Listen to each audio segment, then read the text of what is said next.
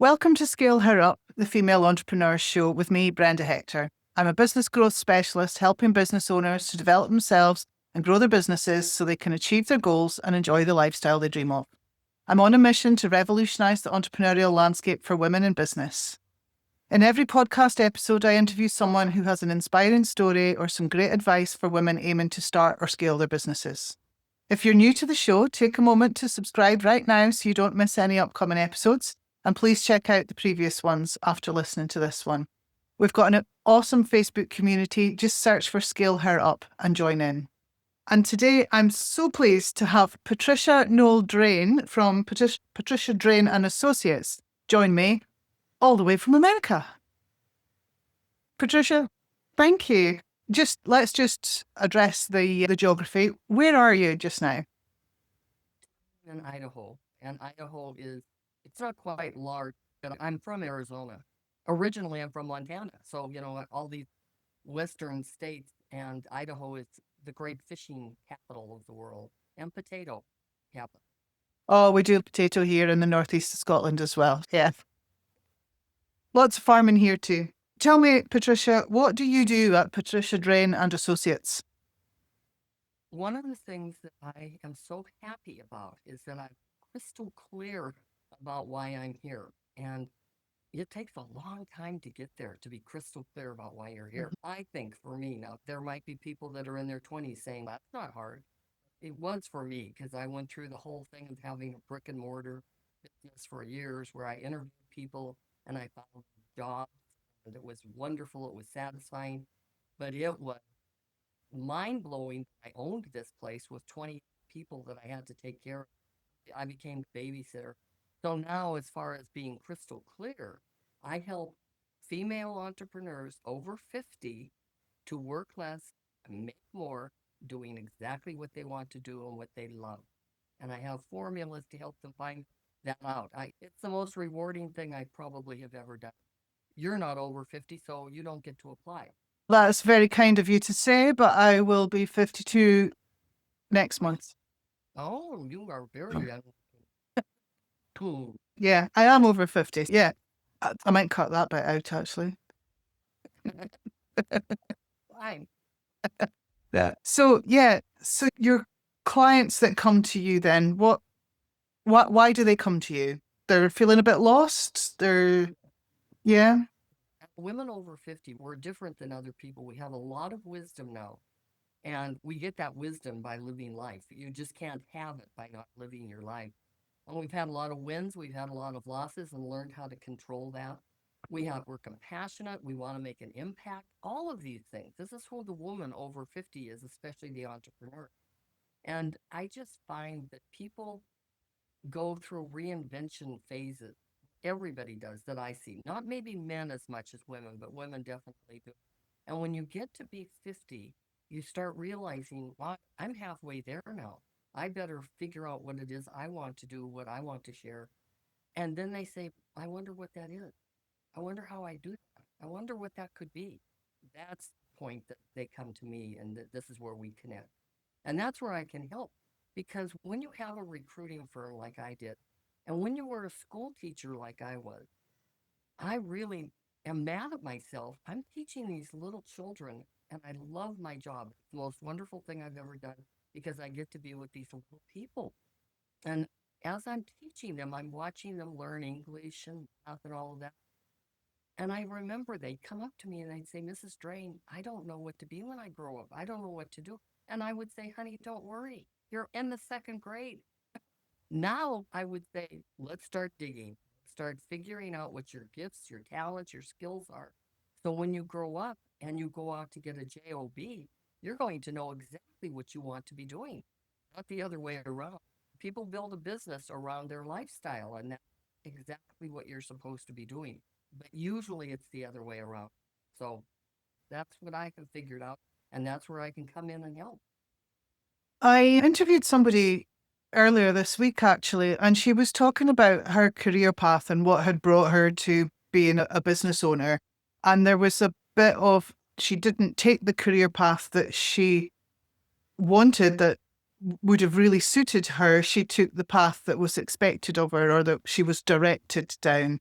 So do you find a lot of that women have been told what they should do or felt obliged to do what they've done, and now at the age of 50 or more, gone, what would I have done if I'd have been able to do it myself? One of my clients, because I just was with her yesterday, that's why she comes to mind. She said that when she was young, and she's from London, and she said, when I wanted to be an interpreter, and I thought this is going to be great. And then people started saying, especially my career person from high school said, don't be silly. You type really great. So just be a secretary and be happy for the rest of your life. And that's exactly, she took that advice and went down that secretarial path.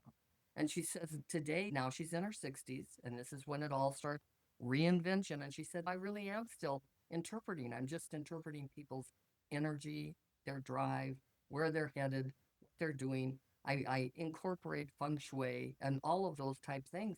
And she said, it's funny how you do come back to what it is that you felt you should be doing. You know yourself, I'm sure there are people and women that wanted to be doctors and lawyers and all of these things, and they were absolutely put in their place. That's what happened to all of us. It's sad, but it very is true. And I would say coming into my office in Arizona, as I started interviewing, and let's just say women in particular, they would come in and they really were in a position where they truly had no idea what they should be when they grow up. That's why I wrote the book. It's right here. I have it. What should I be when I grow up, now that I'm 40, 50, 60 and above now? Because we're all working longer, especially entrepreneurs. So the people that I've interviewed on the podcast here, there are a number of routes that they take to becoming a business owner. Often it's redundancy. And then they go, this is the opportunity now to do the thing that I always wanted to do, but I never felt like it was the right time. Do you see that a lot? Oh, all the time. Yeah. And even for me, my first executive recruiting firm that I owned, I was really just overspent. That's why it's very important for me to keep saying work less, make more, because I worked myself to death in that brick and mortar. I'd go in there, suit up every day, stay late, start early, the whole thing. And finally, I decided to ask my business mentor. I said to him, I'd really like to sell this place now. I'm tired of doing this. This is hard, getting hard. And he said, you can't sell anything. There's nothing here to sell. I said, oh my gosh, there's all kinds of stuff. I have all kinds of proprietary knowledge here. And we have all this interview list. We have tons of things. But he said, no, you leave, the place will shut down. You're the soul of the whole company. And I said, I don't want to be. So I started putting systems together so I wouldn't have to go in every day and take care every single solitary day the way that I was. And when I put together 27 systems, I was able to be free. I didn't have to go in if I didn't choose to go in. I didn't have to be the mother anymore. And that was just such a freeing experience. And guess what? Somebody came in and bought that company. Just like he said, it had no value. It had a lot of value, a lot more value than he even determined Mm. that it had. So now I free myself up. I can be an author. That's what I do. I've written 14 books. I'm a mentor, a business mentor. And now I just really got very specific. I have women over 50 work less and make more. Very nice to know that. Yeah. So how, for anyone that's listening or watching and thinking, oh my goodness, I would love to work less and make more. What are what, how can they start thinking like that? What, Okay. I know two things for sure that I'd have to share. You have to start thinking about a digital product of some sort. You have some kind of knowledge that somebody else would really love from you. You have to start thinking, what problem do you solve? Are you somebody where somebody comes up to you all the time saying, hey, can I pick your brain? I mean, my brain has been picked so many times now over lunch that I might not even have one because yes, of course, you can pick my brain. I want to share whatever it is with you that I know that could help you. So the digital thing is very important. And then you have to go through what platform and all of that. But just remember, you have to find out what you're really good at, the knowledge that you have that somebody else would pay you to know. And then I think the second thing that I would say is you really have to start thinking bigger and thinking of a bigger ticket price. Now, when I started thinking bigger, I'm just going to tell you a quick story, Brenda, because oh, please do. I'm sitting at this conference and this girl that's up on stage, Oh my gosh, she was in her late 20s maybe. And she's just beautiful and she's got a beautiful dress on. I was so impressed just sitting there watching all of these young people in the audience just be so taken by her. But she knew something that they didn't know how to sell like a woman, but how to sell a big ticket like a woman. And so she's up there talking, and then she makes her offer. And I was so stunned. And now maybe today I wouldn't be as stunned, but at that time I was. She said, I can only take 12 of you. So right away, you want to be one of the 12. I'm going to work side by side with you for a full year, and I'm only going to charge you $100,000. $100,000. And the girl next to me, who had to be 27, and she's in great big high heels, she gets up and runs to the back of the room, as did, I can't even tell you how many people ran to the back of the room to give the credit card, to do whatever she had to do. She was the last one to get in. Now that means this girl made $1,200,000 and 200,000 in one day. And so now she comes back to her seat, and I turn to her and I say, oh my gosh, that was just great that you took advantage of that. How does a girl your age, because you're so young?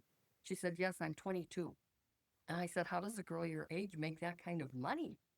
And she said, I don't. I have no money, but I'm going to borrow from my mom and dad. I'm going to sell my car. I'm going to get rid of my condo. She just knew exactly what she had to do because she had to work with this person.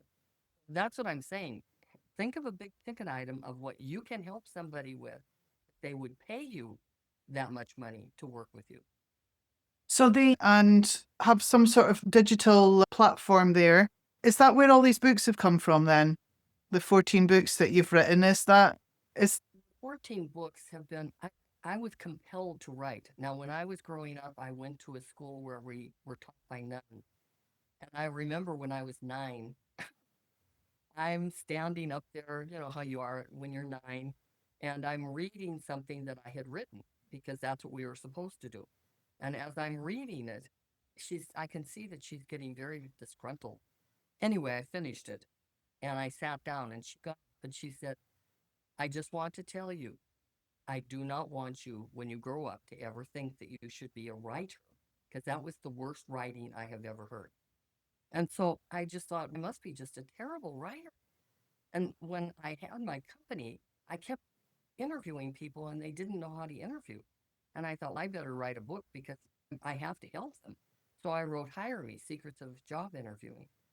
And I put out office all the time as a free something.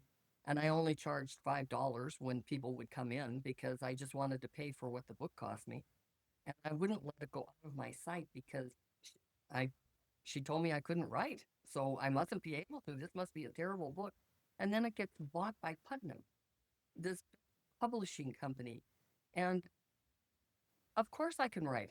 Then Putnam gave me permission then to really start writing books. So they're all self-help books. They're Discovering Your Core, What Should I Be When I Grow Up, the Hire Me book. My favorite book is my children's book. It's called I Love Myself the Way I Am. Because once again, I watched these little children as a school teacher. I've watched my grandchildren. I watched myself, my own children. And they go to school and they get bullied. And so pretty soon they don't think they're really good enough or bright enough or smart enough. It's amazing to me. But anyway, that is my favorite. It's accompanied with a song. All of these things are on Amazon.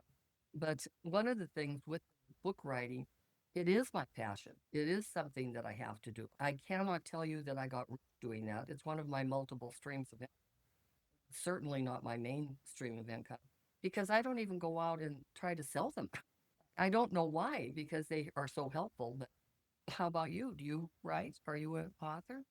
no, not yet. There's Oh, one in here and then a stack of mind maps, but it's not actually made it into proper prose yet. well, do But you want me to tell you a good step to take to do I that? would love you to tell me a good step to take. I worked with this 90-year-old man, and he wanted to write his first book.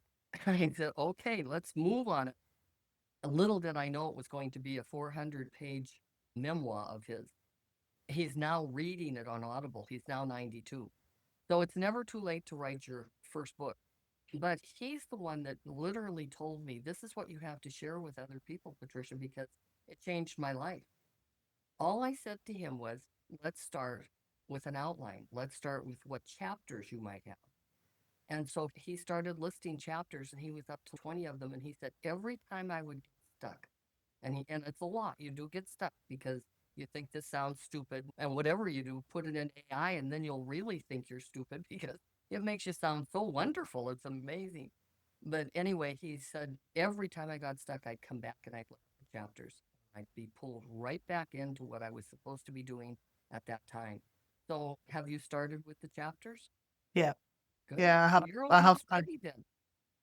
yeah, I'm just ready to write it. That's, Y- yeah. Just write it. You'll probably be done with it on a weekend. When I really start thinking about an idea, the discovering your core, because I know that the most important thing that we have to do is get to the core of who we are, what we came in with. What gifts did we have? And people don't even think they have a gift. Oh, we all do. But you have to get to that core and then you can start figuring out the rest of it. So when I started writing it, I thought, I wonder how hard this is going to be because I've been thinking about doing it for so long. And I finished it in a weekend. And so that's what you're going to do too, Brenda. How long have you been thinking about your book and what do you think the title will be? I think that you're supposed to be the one being interviewed, but yes, the intention was scale her up, like the podcast. Yeah. Perfect. Oh, I can't wait to read it. Yeah. Thank you for the push. Thank you for the push. Yeah. So let's get back to you then, Patricia. You've been in business for many years. Why, tell me about your first business and what inspired you to start that. I realized, see, I didn't know what the word entrepreneur meant because I grew up, like I told you, in Montana. And when you grow up in Montana, you're isolated. Now all the movie stars are there. So now I'm very proud to be from Montana. When you grow up in a small town and it's 50 below there, and it's a hard life, I think. But I started being an entrepreneur before I knew what that word was because I started my own tutoring company. And so I would tutor children on weekends or at night or during the summer when I was off completely. And I just loved it, watching them come alive and learn whatever it was that they needed to learn. And so that was my first business. And so what I always thought I had to do with business is you wrap it up and then you sell it when you're done with it.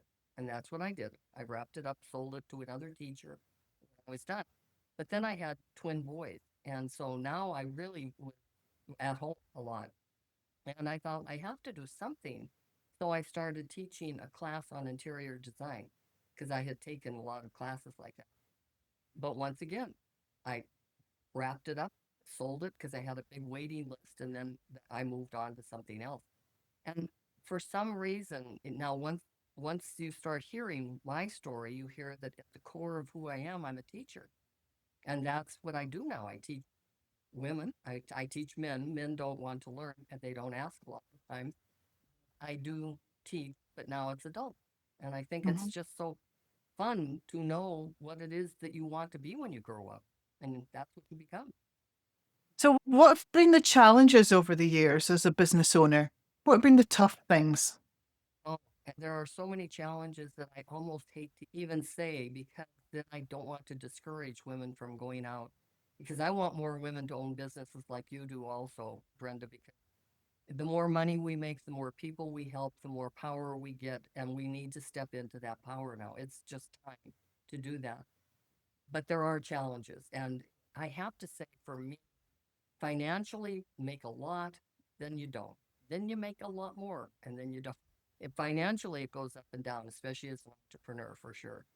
I think the challenge is also for me hiring the right people and managing the right people. And I'm not a manager. I'm somebody that if you come to work, go ahead and work. And if you don't come, don't, that's okay too. But just don't pretend like you're sick. Go say it. I call them well days. When you're well and you're feeling great, go ahead and take some time off.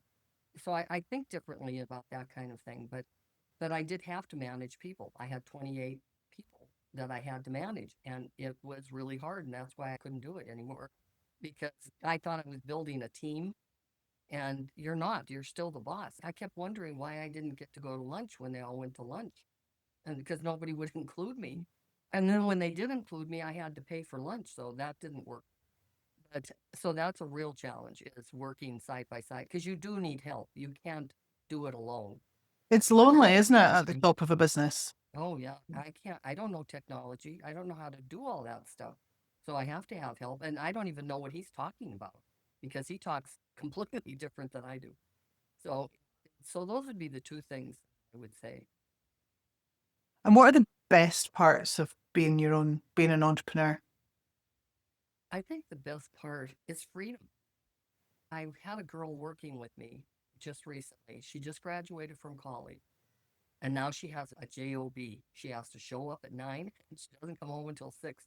And because she is an entrepreneurial little girl, like I've always known that about her, she started to cry the other day when I was talking to her. And I said, "Do you not like your job?" And she said, "Yeah, I do, but it's retail." And she's a designer. And I said, "What's wrong?" And she said, "I don't know. I can't go out because they have me working nighttime sometimes and days.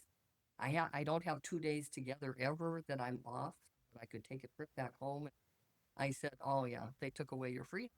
And she went, "What?" I said, "Well, that's what it is. You don't have that freedom anymore to do and say whatever." So I have to say that is the best part of being an entrepreneur. But now you do have to be, and you have to know, put yourself on your own calendar. As an Mm. entrepreneur, I didn't know that at first. So I was in my office all day, all night, early in the morning, late at night. And I'm like, "Isn't this fun? You just created another one of those crazy things for you. And now you can't sell this because it's you and you can't sell you." So I just now, and I realize that I do it now all the time. I have myself on the calendar. Today I have a very full schedule, but I have myself on the calendar 2 different times. And I just take time off to just either meditate or sit or write. I'm writing another book right now. And I think it's just probably the best thing I have ever done. And my dad, who worked for the post office for 50 years, he would say to me, "I don't understand what you do. I don't know how you live and how you can make money." See, he is not an entrepreneur. No. And so he got a paycheck all the time and he just couldn't understand my kind of business.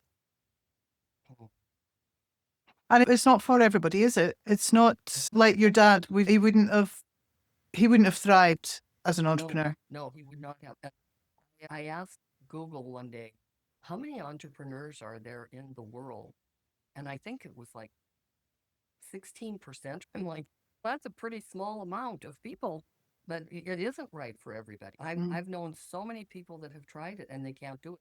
But I do know a lot of people that have a side hustle doing entrepreneur work as they're getting a paycheck.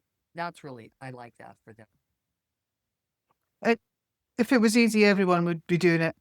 Yeah. It's something that I say a lot to some of my clients. Yeah. 16%. That's interesting statistic. Thank you for that. Yeah. And put yourself on your own calendar. I think that might be the title of this episode, Patricia. That's a really valuable lesson, and lots of business owners don't do it, and they think that it's like a badge of honor. I've got my own business, and I have to be working all the hours, and it's a sacrifice you have to make if you're going to have your own business. But it doesn't have to be like that, does it? No, I didn't. You know how long it took me to put myself on my own calendar? I think it was 50 years. That's a long time before I put myself on the calendar. And I didn't even understand at first what it meant to do that. I thought, put myself to go get my nails done? Is that what it's about? No, that it's about taking time for you to just rest, to just Yeah. think, to go outside, to get in the sun, to get fresh air, go for a little walk. I certainly did not do that in my earlier days, for sure. I just really did think, and I think we've been conditioned, don't you, to think like that in business? Yeah, I do too. I just think you're just so conditioned to think it's an 8 to 5 or an 8 to 9 p.m. and you just can't stop thinking in between. But you trust me, you'll get a disease if you keep doing it like that because that's exactly what happened to me. Finally stopped me. And I must tell you that when I was on my way to the hospital, I'm not proud to say this. I said to my husband, "This is good." And he said, "Oh my God, why do you think that?" And I said, "Because I get to rest now." I'm going to rest for at least 3 days, for sure, maybe But 5. what happened? You took ill while running the business? This was when I was doing that brick and mortar business, and I was so into it, and I was there early. I was coming home late. I was so stressed. I didn't even know I was so stressed because you think you're doing it right. You think you're Mhm. doing all the right stuff. But my hair started falling out, and and then I found what is the worst thing, to me anyway, at that time.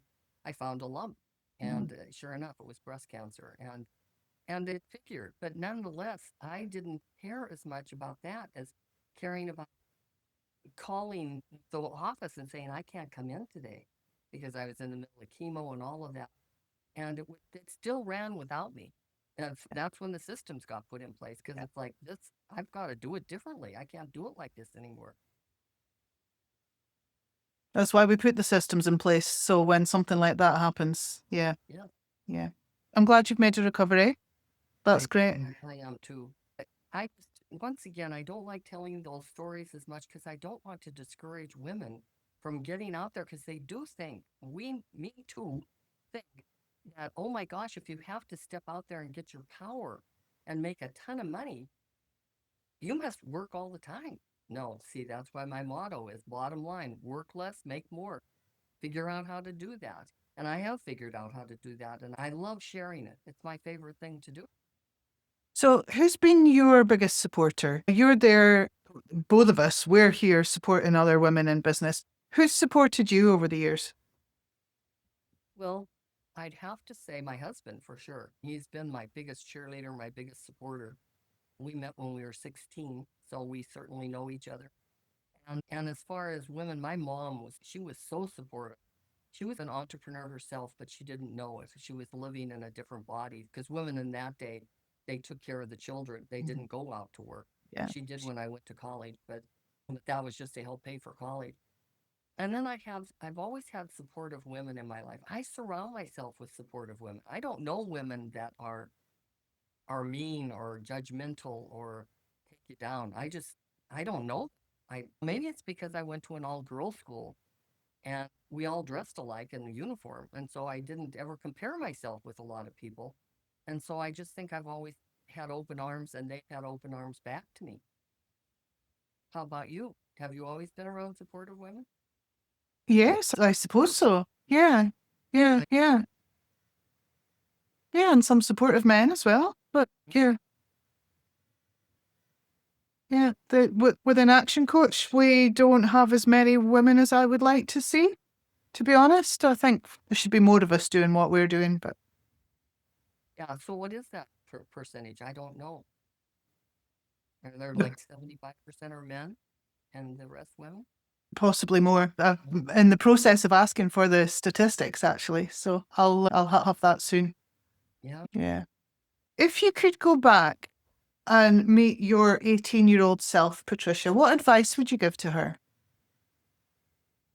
I would say to her, I want you to think bigger. And then as soon as you start thinking bigger, I want you to think bigger than that because it's a huge world out here and you're here to make a difference. You're here to make an impact. You're going to have to figure that out on what that's going to be because you're only 18. But once you figure it out, you have to know there's no limitation except the limitations you will put on yourself. And we do put limitations on ourselves for sure. I'm writing that down. There are no limitations. No, there really aren't. And it's been proven over and over again on the internet that it's limitless as long as you really are knowing what it is you want to do and make the impact that you want to make. The sky is the limit. The sky's the limit. It is. And that's the message to all the women that you're working with as well. Yeah, Yeah. it really is because how else can you possibly work less and make more unless you're really making more? Because it's okay to make money doing what you love. But you have to give yourself permission to do that because as women, we're humble. So we bow our head. We can't make Mm. as much as men because that's never happened in the past. It's happening now. So get out of our way and let us do it. The patriarchal society has been around forever. And I want it to be. I certainly love men, but I love women. And I want women to really, as I said earlier, step into their power without being afraid because they don't want to be like a man. They want to be gentle and kind and caring. Yes, you can be all of those things and make a boatload of money doing what you love, by the way. But do you see what I mean? I keep coming back to do what you love. Like I'd say that to my 18-year-old, but you have to discover what that is. Because there are things, and I can give you a question that really worked with that. When did you find yourself completely lost doing something because you loved doing it so much? You had no idea that the time was passing. Do you know for you, Brenda? Oh, that's a really good. I don't know. Yeah, it could be for you. It could be when you're writing or mapping out what your book is going to be. Do you know, I was just thinking about that actually. It would be when I'm being creative, Yeah, like creating marketing content or, yes. yeah, it goes, Yeah. it flies by when I'm doing that also. It also flies by when I'm talking to somebody, and whether it's free or not free, whether they're paying me or they are, it's when you're seeing somebody light up because I never thought about it like that. And then that just brings me so much joy and pleasure. We have to be guided. And I do it with question, listen intently, and then you start strategizing together rather than thinking you're going to be telling somebody what they're going to do or what they're going to be when they grow up. And they have to know that inside. Yeah, what am I going to be when I grow up, eh?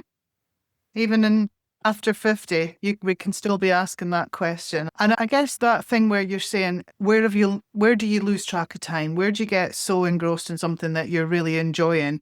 And actually, does your business do that for you? And which areas of your business do that for you so that, yeah, do the part that you love? Yes.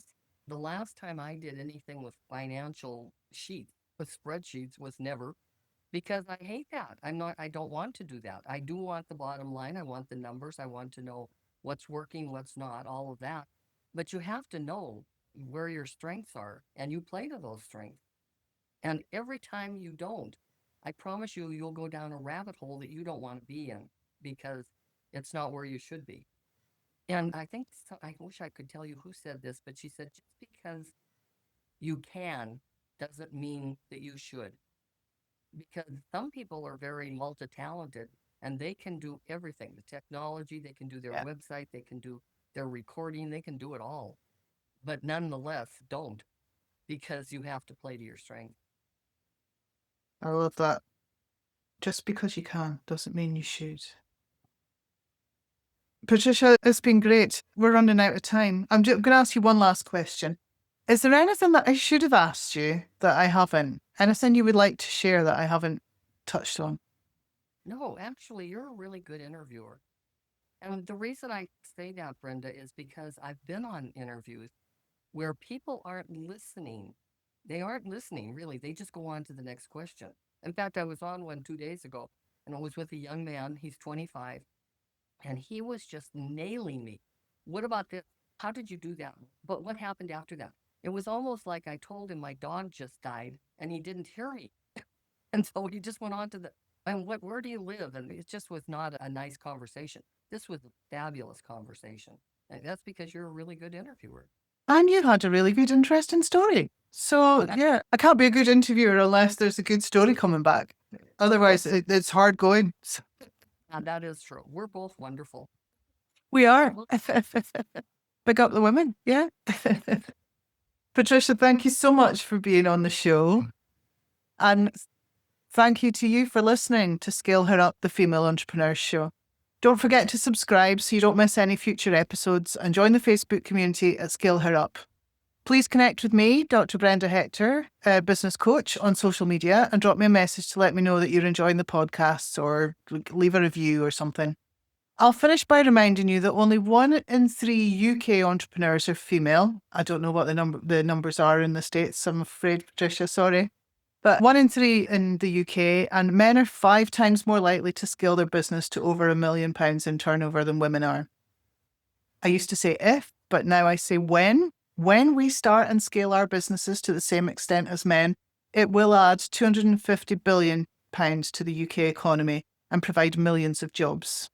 Ladies, you can do it in the UK, in America, everywhere, all over the world, and make a massive difference.